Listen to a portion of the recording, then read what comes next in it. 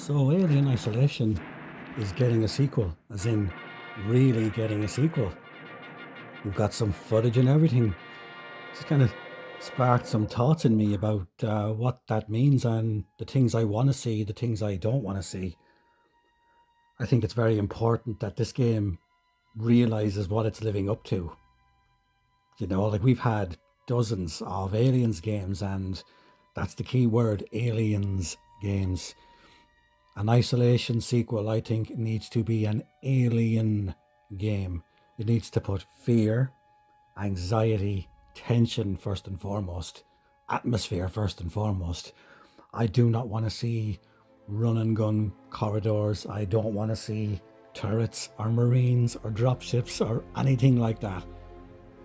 If anything, I would like to see something that almost echoes Alien 3 in its sentiments, to be absolutely honest with you.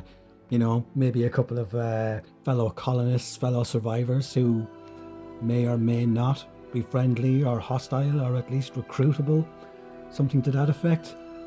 I definitely think that it needs to stay scary, stay in the realm of making you feel overpowered.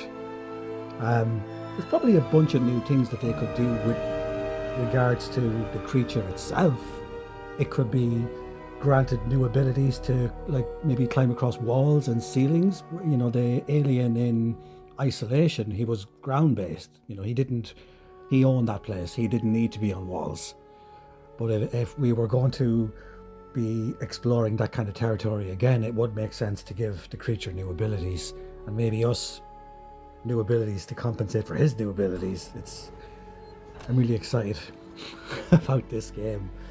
It's been a while since I've really given a shit one way or the other about a game, but this one coming out has caused me to talk some other shit here.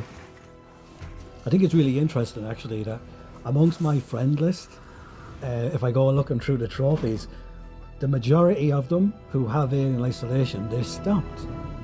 They stopped pretty much at that moment where the Xenomorph shows up for the first time.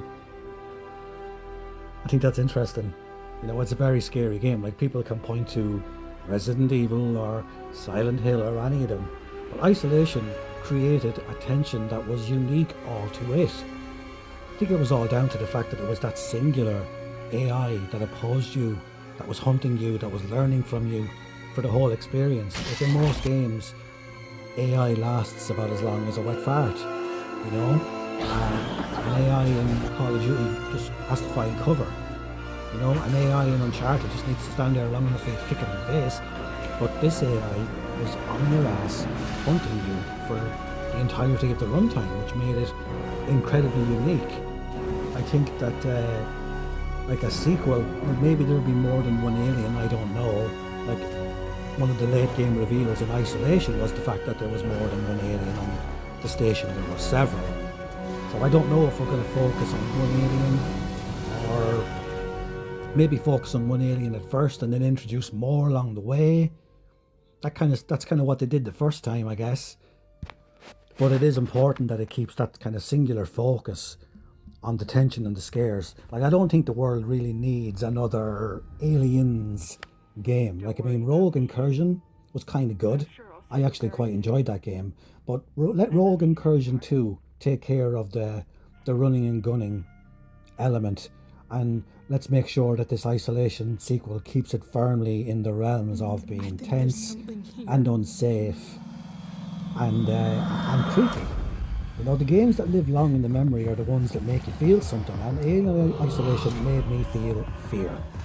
And that's why I've kept on coming back to it. That's why after all these years, it keeps on delivering something new.